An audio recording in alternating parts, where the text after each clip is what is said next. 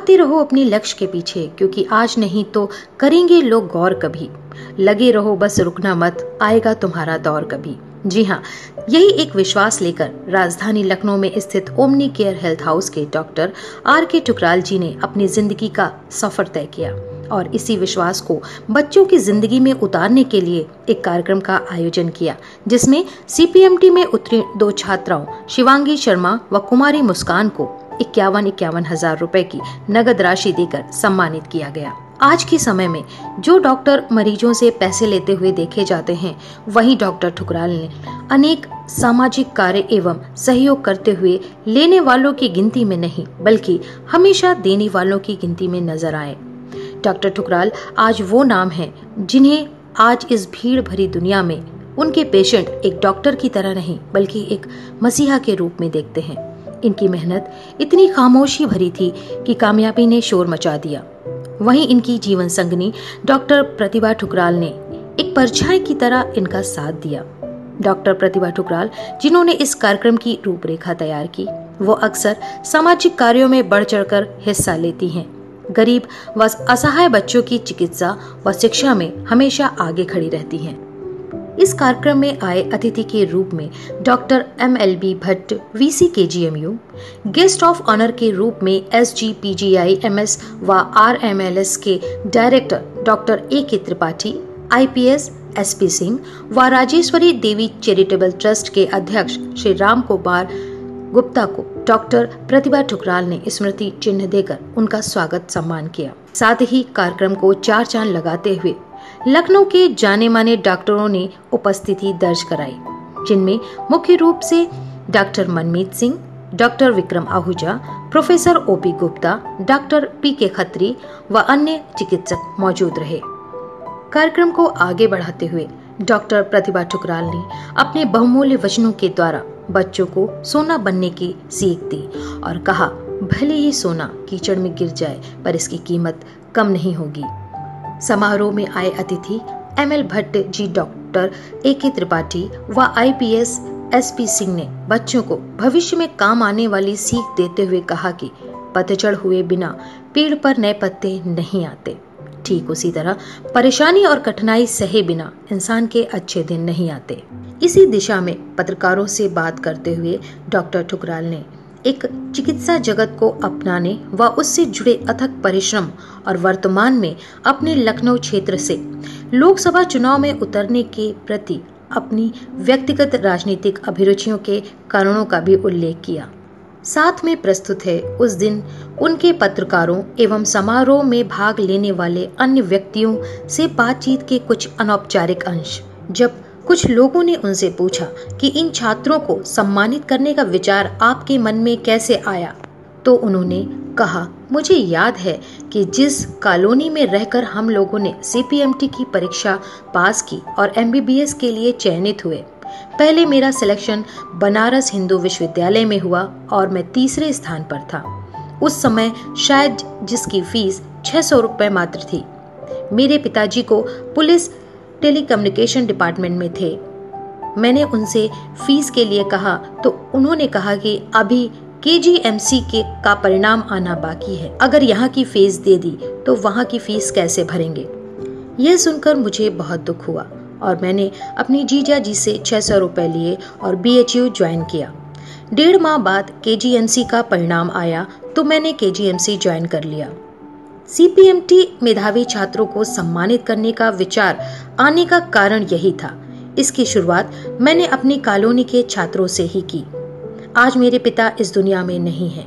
उनकी फीस न दे पाने की विवशता और मुझ पर उनका पूर्ण विश्वास मेरे अंतर्मन को हमेशा छूता रहता है, जिसकी वजह से मुझे लगा कि वर्तमान में हालांकि 51,000 रुपए की तुलना में इस 600 रुपए से बहुत ही कम है, फिर भी शुरुआत करता हूँ तो मेरे पिता की आत्मा को अपार हर्ष होगा।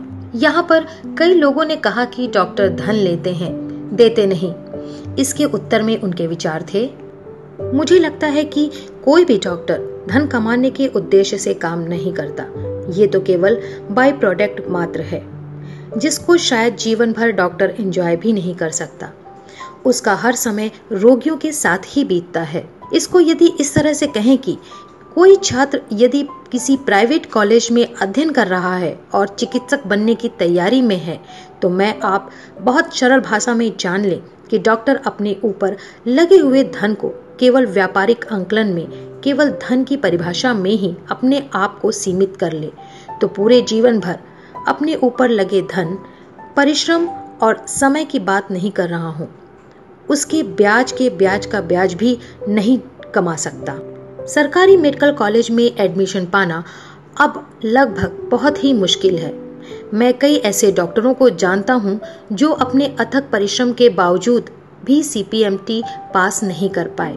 इसकी तुलना में यदि हम आजकल के प्राइवेट मेडिकल कॉलेज की बात करें, जहां पर सरलता से चिकित्सक बनने के द्वार खुले हैं, उनमें MBBS से लेकर MD और DM, MCH करने का खर्च 8 करोड़ से 12 करोड़ रुपए और लगभग 12 से 14 वर्ष का समय लगेगा, और उसके बाद चिकित्सक को अपनी प्रैक्टिस जमाने में लगभग 5 वर्ष का समय और लगेगा। अगर केवल धन की बात करें और इसमें परिश्रम ना जोड़ें, तो इस राशि का ब्याज दर ब्याज वह जीवन के अंतिम क्षण तक नहीं निकाल सकता। अभी तो उसकी पढ़ाई कहीं पर खत्म नहीं होती, उसके जीवन के अंत तक चलती रहती है। डॉक्टर के बारे में आज की सामाजिक धारणा की बात होने पर डॉक्टर ठुकराल जी ने जो जवाब दिया वो दिल को छू देने वाला था और किसी के भी ज्ञान चक्षु को खोलने वाला था।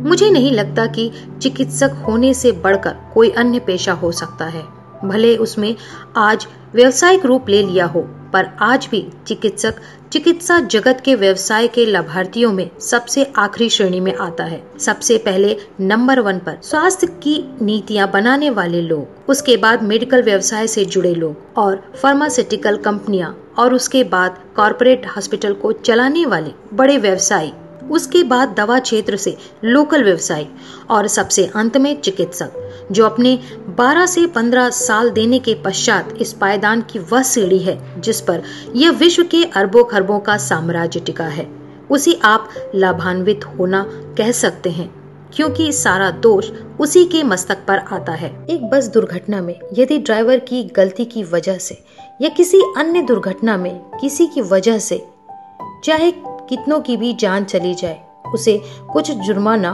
व कुछ वर्ष की सजा देकर छुटकारा मिल जाता है, परंतु चिकित्सक की एक तथाकथित लापरवाही से यदि एक 80 से 90 वर्ष की व्यक्ति की जान चली जाती है, तो सारी भीड़ उसकी जान ले सकती है, उसके सहयोगियों का काम तमाम कर सकती है और उसका पूरा करियर, यहाँ तक कि उसके परिवार का करियर भी चौपट कर सकती है। इस omni care radio police CPMT सन 2019 मेधावी छात्र समारोह में उनका सम्मानित छात्रों को संदेश था, चाहे कुछ भी हो, चिकित्सा के सुखमय अनुभूति के क्षण कोई भी नहीं ले सकता। चाहे कोई कितना भी बड़ा व्यक्ति या अपराधी हो, वह जब भी आता है चिकित्सक के सामने नतमस्तक होकर ही बात करता है और उसे ईश्वर जैसा ही सम्मान देता है। यह हर क्षण एक मोक्ष जैसा क्षण होता है। जितने भी रोगी चिकित्सक के पास आते हैं कि जिस मोक्ष के लिए हम लोग जीवन भर तरसते रहते हैं, वह दिन भर रोगी हमें अपनी भावनाओं और श्रद्धा से प्राप्त कराते रहते हैं। मरीज देखना और मरीज का अच्छा होना एक मेडिटेटिव प्रोसेस जैसा ही है। यह वह अनुभूति है जो चिकित्सक के जीवन में प्रायः आती रहती है।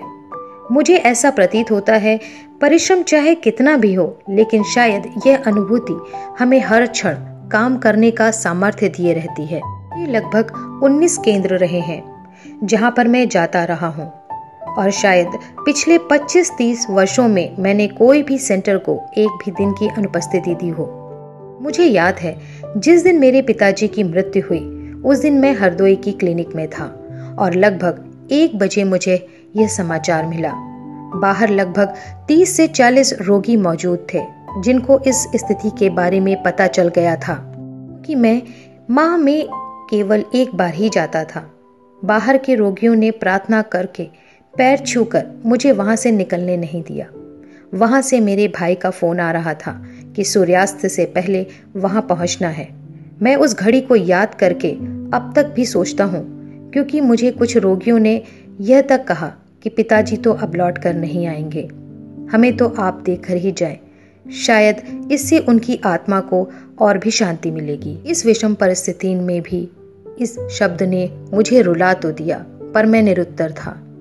कुछ और यादें। जब हम पोस्ट ग्रेजुएशन कर रहे थे तो दिवाली, होली व अन्य त्योहारों पर कुछ दिन पहले हम लोगों को बम्पर ड्रा निकाला जाता था।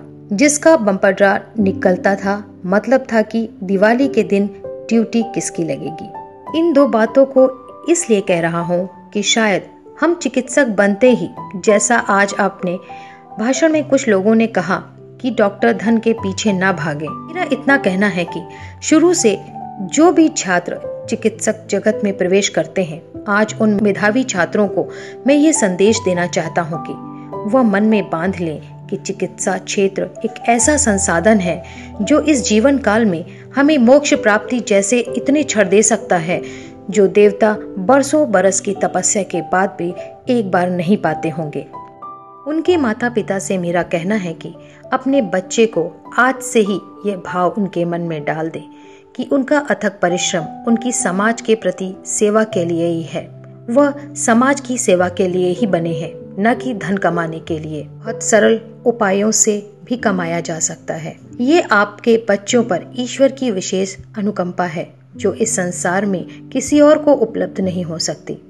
ईश्वर ने चिकित्सक को अपने जैसे रूप में ही अवतरित किया है। चिकित्सक के मन में दिन प्रतिदिन बढ़ते सेवा भाव की भावना उसे एक सुखी, संतुष्ट और समृद्ध जीवन की पराकाष्ठा दे सकती है। रामायण में भगवान राम के जीवन की सबसे कठिन परिस्थिति का निवारण भी एक चिकित्सक ने किया था। मानव जीवन अमूल्य है। चिकित्सक ही रोगी का ईश्वर कहा जाता है। चिकित्सक ही भगवान का दूसरा पर्याय है।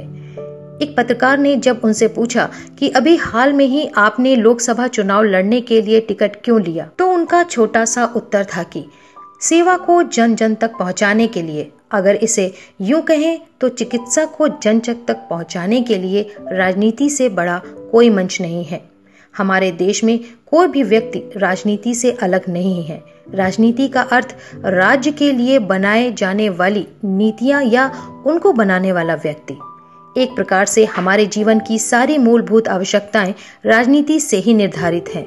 चाहे वो हमारा 2 वक्त का खाना हो, बिजली हो, पानी हो, शिक्षा या चिकित्सा। एक बच्चे के जन्म से लेते ही उस पर राजनीतिक प्रभाव आना शुरू हो जाता है। यदि भारत में पैदा हुए बच्चे के खून में निकिल और लेड जैसे विषैले पदार्थों की मात्रा 9 गुना से भी ज्यादा रहती है तो जीवन भर के लिए उसे मानसिक और शारीरिक रूप से दुर्बल बना देती है।